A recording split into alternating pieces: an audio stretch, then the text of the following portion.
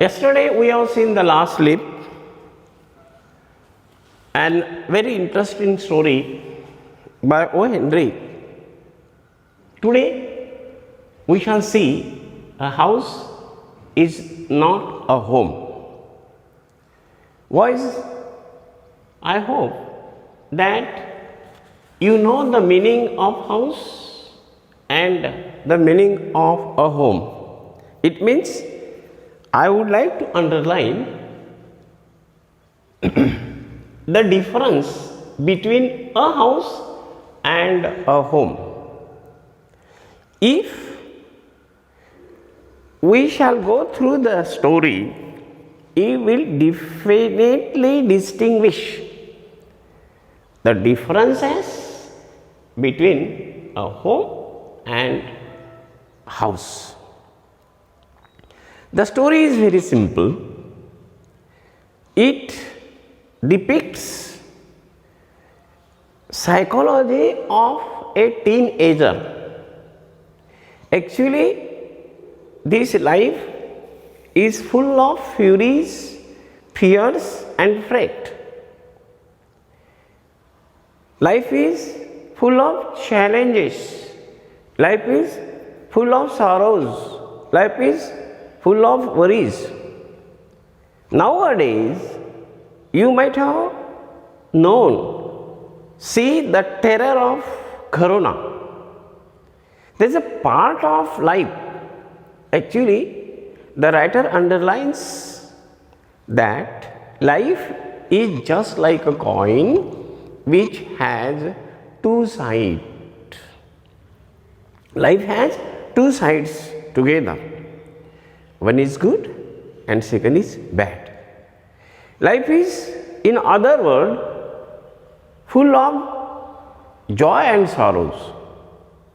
Life is very interesting. Life is full of pleasure. Life is full of joy.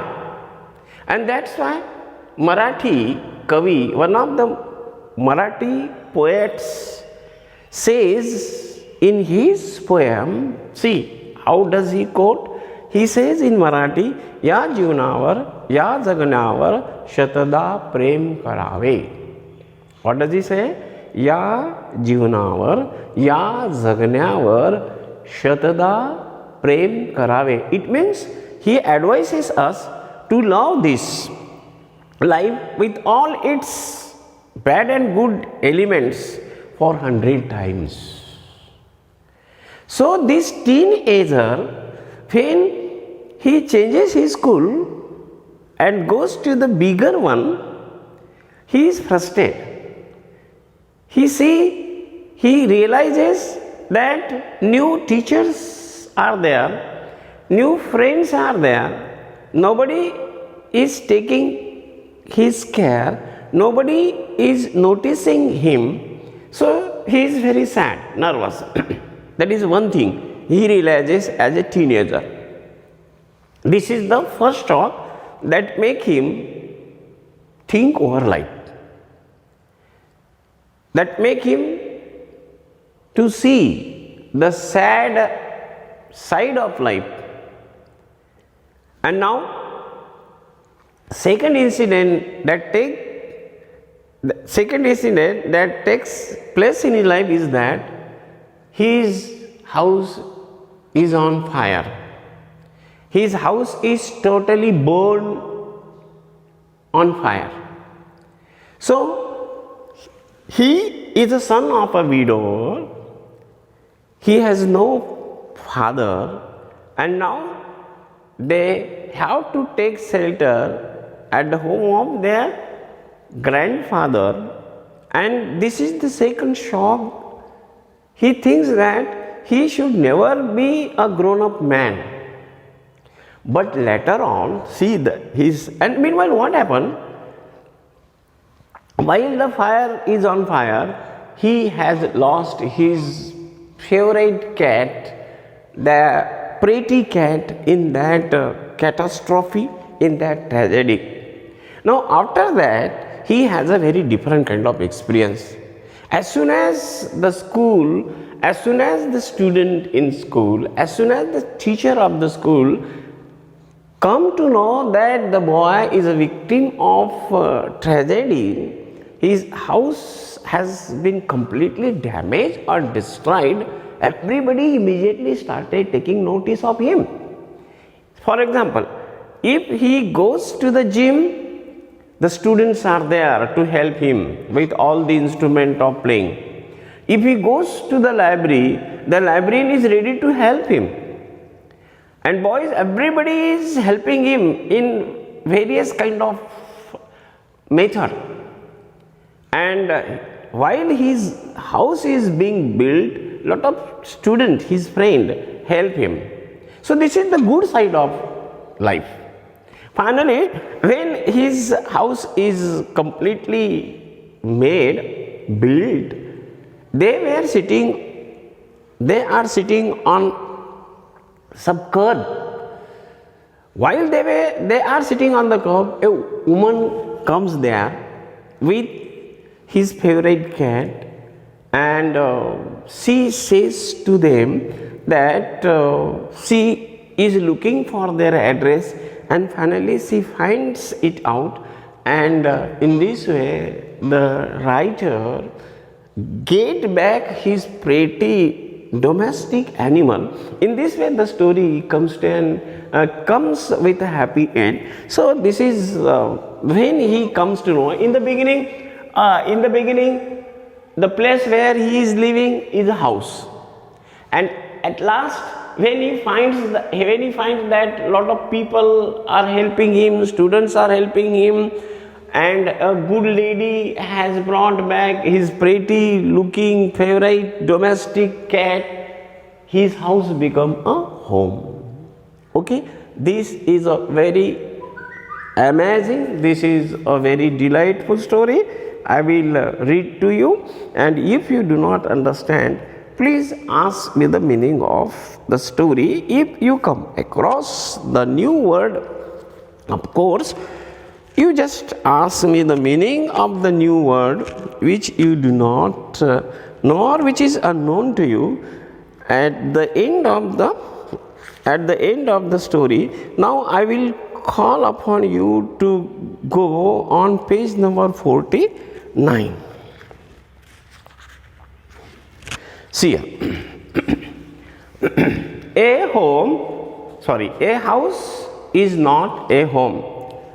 Let me start from the beginning. A house is not a home.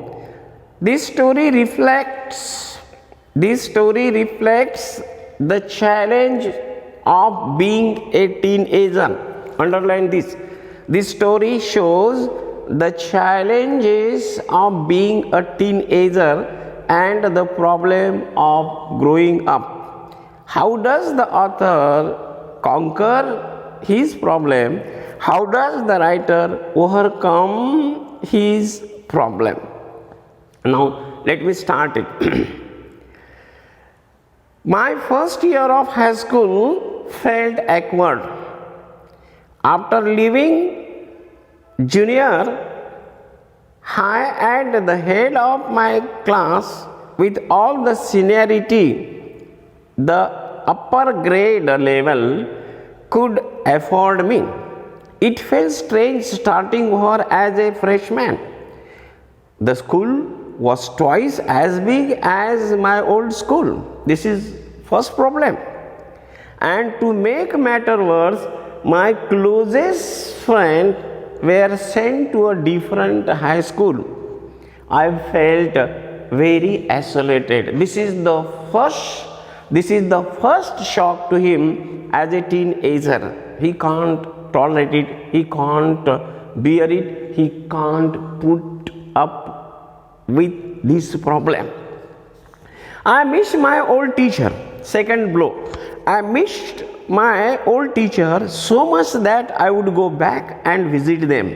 They would encourage me to get involved in school activities so that I could meet new people. They told me that in time I would adjust, reconcile, and probably end up loving my new school more than I had my old one.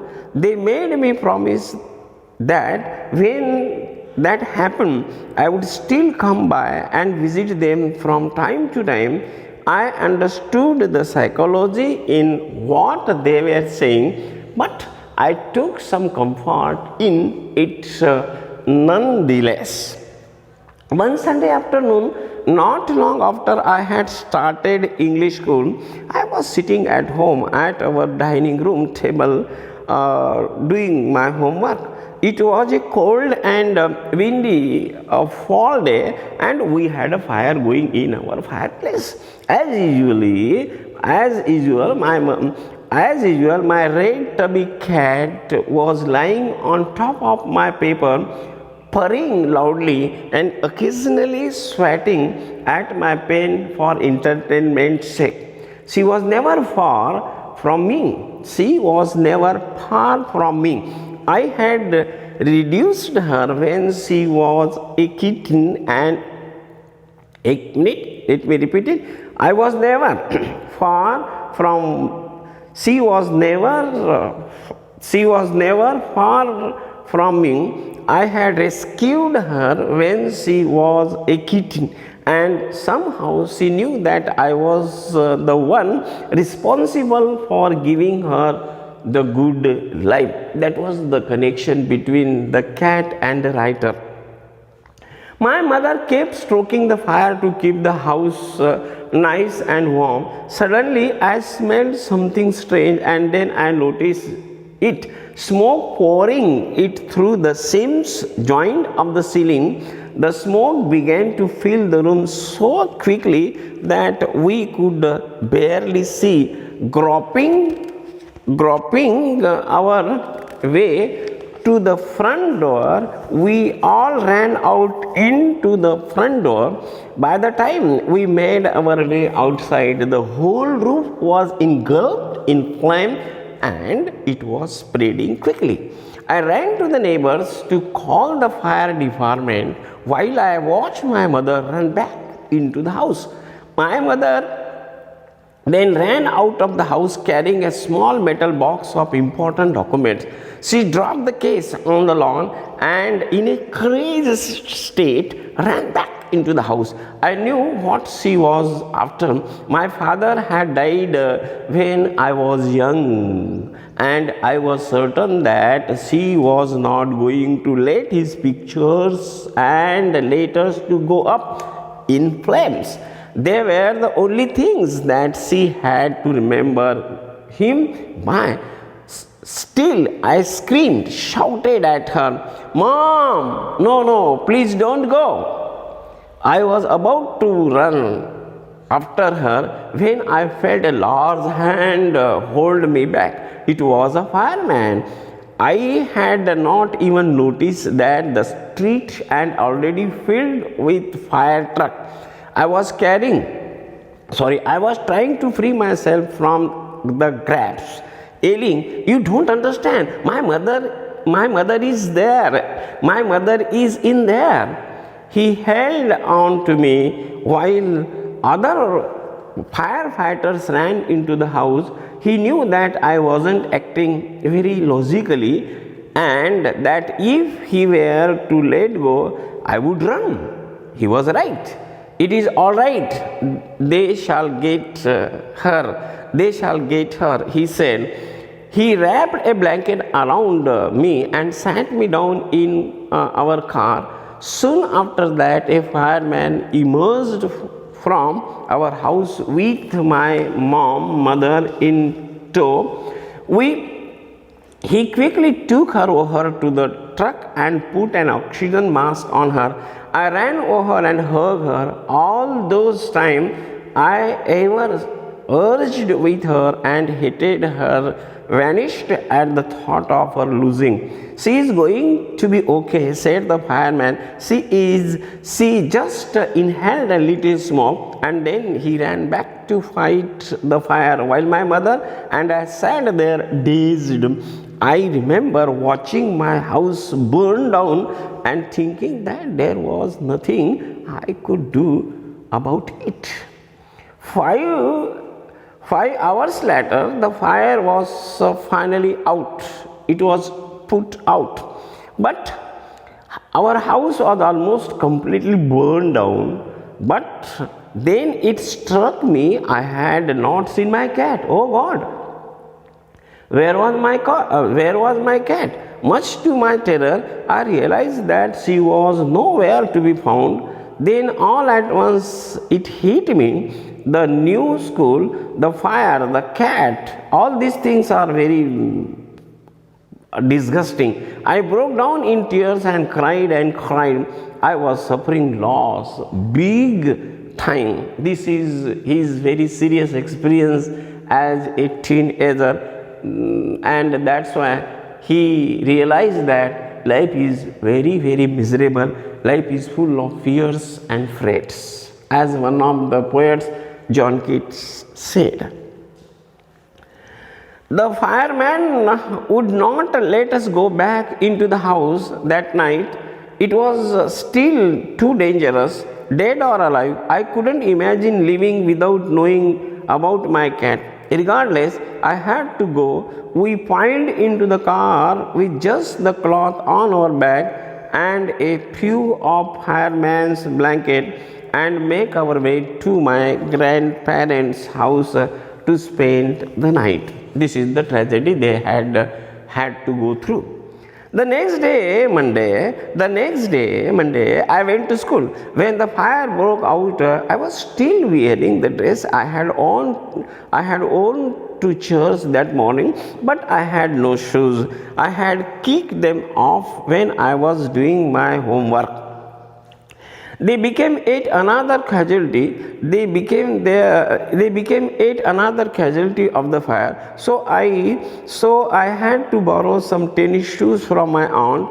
Why could not I just stay home from school? My mother wouldn't hear of it, but I was totally embarrassed, confused by everything. The cloth I was wearing looked strange, varied. I have no books or homework, and my backpack means bag was gone. I had my life in that backpack. The more I tried to fit in, the worse it got. Was I destined to be an outcast and a Greek? And all my life, that is what is felt like. I didn't want to grow up. This sentence is very important. That is what it felt like. I did not want to grow up, change, or how to handle life. If it was going to be this way, I just wanted to curl up and die. I walk around the school like zombie, means foolish person, dull person. Everything felt surreal, strange, and I wasn't sure what was going to happen. All the security I had known from my old school, my friend, my house, and my cat had all been ripped away, destroyed, damaged, devastated. When I walked through what used to be my house after school that day, I was shocked to see how much damage there was. Whatever hadn't burned was destroyed by water and chemical they had used to put out the fire. Let me repeat it. Everything was destroyed, and whatever thing was left, it was destroyed by the fire workers. The only material thing not destroyed were the photo albums, documents, and some other personal item that my mother had managed to heroically rescue. But my cat was gone, and my heart ached, pained for her. There was no time to grieve. My mother rushed me out of the house. We would have to find a place to live, and I would have to go I would have to go buy some cloth for school. We had to borrow money from my grandparents because there were no credit card, cash, or even any identification to be able to withdraw money from the bank. Everything had gone up in the smoke.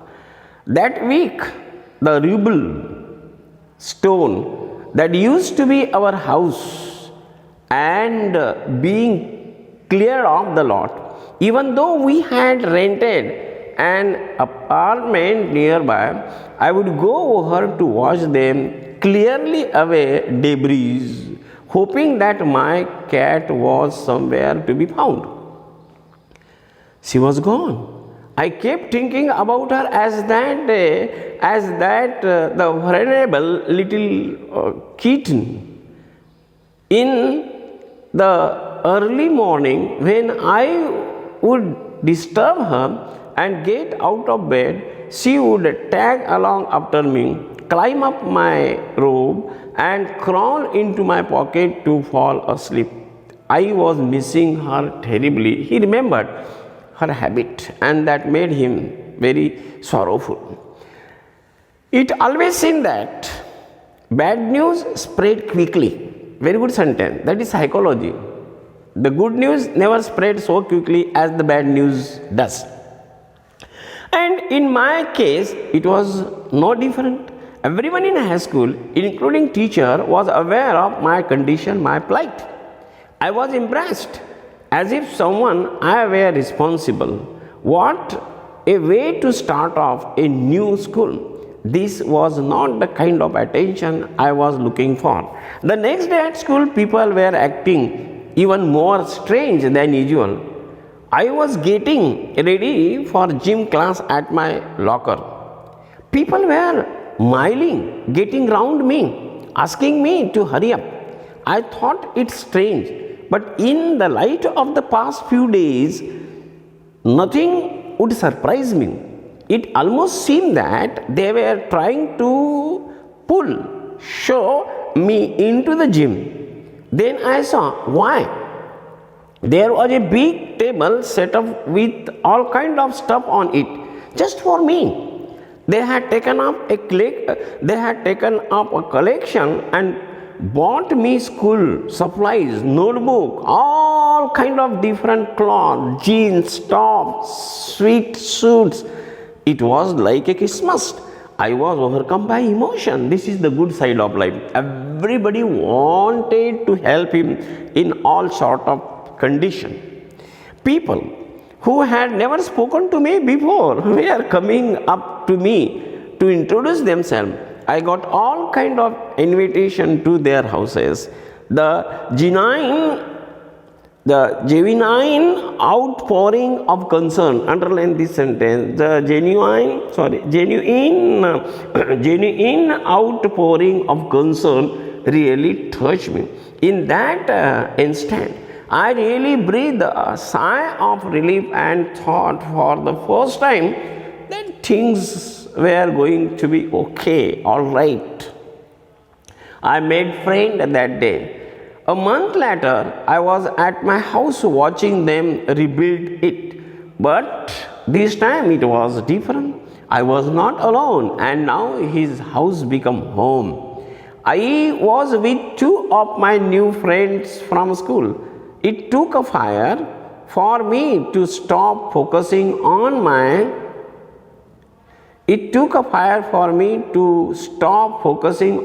feeling of insecurity and open up to all the wonderful people around me. Now I was sitting there watching my house being built when I realized my life was doing the same. This is the good side of human life that make man able to stretch the life long on. While we sat there on the curb, planning my new bedroom, I heard someone walk up to me from behind and say, "Does this belong to you?" When I returned round to see who it was, I couldn't believe my eyes. A woman was standing there holding my cat. I leaped up and grabbed her out of woman's arm. I held her close to me and cried into that beautiful orange fur. She purred happily, and my friend were hugging me, hugging the cat and jumping round. This is the good side of human life. Apparently, clearly, obviously, my cat had been so terrified, freaked by the fire, that she ran over a mile away. Her collar had our phone number on it, but our phone had been destroyed and disconnected. This wonderful woman took her in and worked hard. See, there are good people in this world who help each other, and that makes this place very interesting to live in. This wonderful woman took her in and worked hard to find out those cat this wonderful woman took out her in and worked hard to find out whose cat it was. Somehow she knew this cat was loved and sorely missed. As I sat there with my friend and my cat curled up in my lap, all the overwhelming feeling of loss and tragedy, underline this sentence, all overwhelming feeling of loss and tragedy seems to diminished, destroyed, comes to an end. I felt gratitude, thankful for my life and my new friends, the kindness of a stranger and the loud purr of my beloved cat. My cat was back and so was I. In this way, the story comes to an end. I hope that you might have enjoyed it a lot. Thank you boys.